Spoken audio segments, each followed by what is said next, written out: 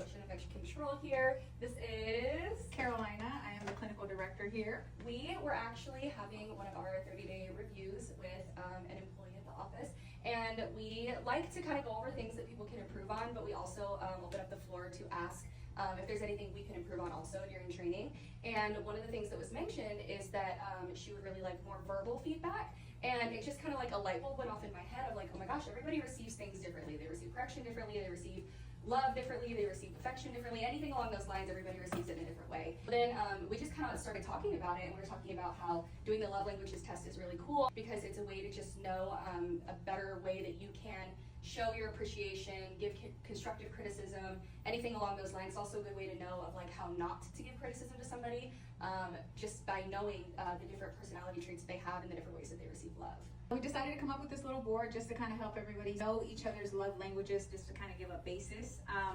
Although I really like the test, I like the genuineness in having relationships with everybody because these languages will change over time. One example is with our employee that we had our 30-day review with. We're like, for sure, she's words of affirmation. But when she took this test, it was not words of affirmation. So that's just a good kind of example of you may not always be what the test is based on the season. In her season right now, she's a new employee. She needs to know that she's doing a great job. Next to physical survival, there's a book, a really good book. I don't know if anybody's read it, but it's called The 7 Habits of Highly Effective People. Next to physical survival, one of the biggest things that a human needs is psychological survival. It's being understood, being appreciated, being affirmed, and just being valued. In the workplace, it's not a love language, it's a language of appreciation. We do love you, but mostly we want you to know that you're appreciated. Like I said, it's important for leadership, but it is important for all the frontline employees to show each other appreciation as well. Leaders, it's on us to show you, or to kind of give you recognition along with appreciation. So, as a leader myself, I do one-on-ones with the team, and those one-on-ones touch on every single love language. So, it's quality time because I take them to lunch by themselves. It's not here at work, I take them out somewhere. Gifts because I pay for their lunch. It is words of affirmation because of the 3 questions that I ask. And in that, the words of affirmation, one of the questions is, what is something that you do really well and that I want you to keep doing? So it just kind of affirms them and shows them that I'm appreciative of them and that I notice them. Acts of service. So in those 3 questions, I also ask, what can I do as a leader to help you? That's my way of being there for you, to support you, to develop you, to help you be a leader, because we're all leaders. And then the last one, physical touch. I always end it with a hug. And the reason why is because I don't only make this about work. Those one-on-ones, if anybody's ever had one with me, I think I pretty much have the whole team down. But at the very end of that, I usually finish it with a hug because I'm not just gonna make it about work. I also ask you about your personal life. And this is where, when these languages change, that gives me an opportunity to know what season are you in your life. What do you need from me as a leader? Not just here at work, but I'm invested in you as a person. So I read the book, The Love Languages of Appreciation in the Workplace. And the studies behind it is crazy. Like how many people, how many companies have changed when they implement a system like this. People stay longer. Metrics, numbers, production, it's all a byproduct of a good work environment. Everybody is happier when they're appreciated. Everybody wants to do a good job and everybody wants to stick to, like be in a place. There's a lot of people who were offered more money to go somewhere else and they won't leave because money can't buy this type of stuff. Money can't buy this happiness. So that's why this weighs heavily on my heart.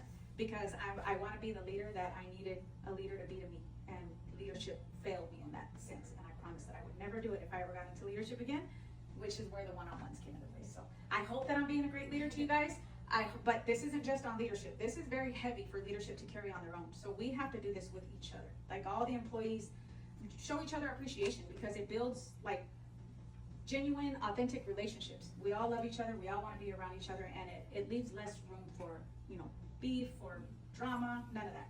What do you think are some of the benefits that can come from using something like this in our office? Culture.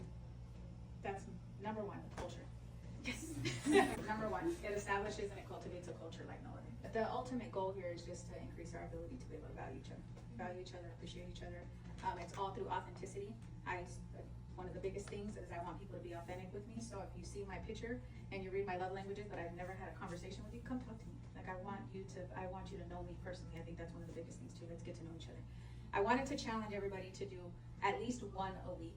I know that gifts one, everybody's intimidated by the gifts because you think like, oh, I don't have money, but it's your love language. So give us some examples of what are some gifts things that would. Yeah, I was explaining that, for example, like if I was doing really well at something or anything along those lines, it's not that things like a shout out and, you know, is it great, or a high five or a pat on the back. Those things are awesome, but like I have always loved times that I've like gone into my little sterile area and someone left a sticky note on my computer just being like, I love you, you're doing awesome. Because it's like, I know that could seem like it's almost a words of affirmation, but for me it was more so that somebody took the time to write something down for me and like give it to me essentially as a gift.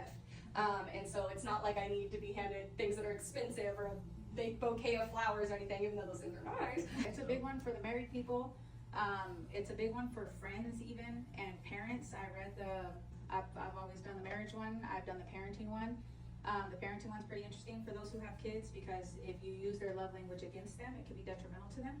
So for instance, I have a child who's physical touch, and if I spank him, that's the worst thing to him, because he's like, wait, but you don't love me because I'm spanking you. So just know that there's so much insight in even reading those books and familiarizing yourself with the love languages. And then like she was saying, like if you come tell her, hey, good job, Mom, I can tell her that 5,000 times a day, but if I don't speak her language, she's not going to receive it the same.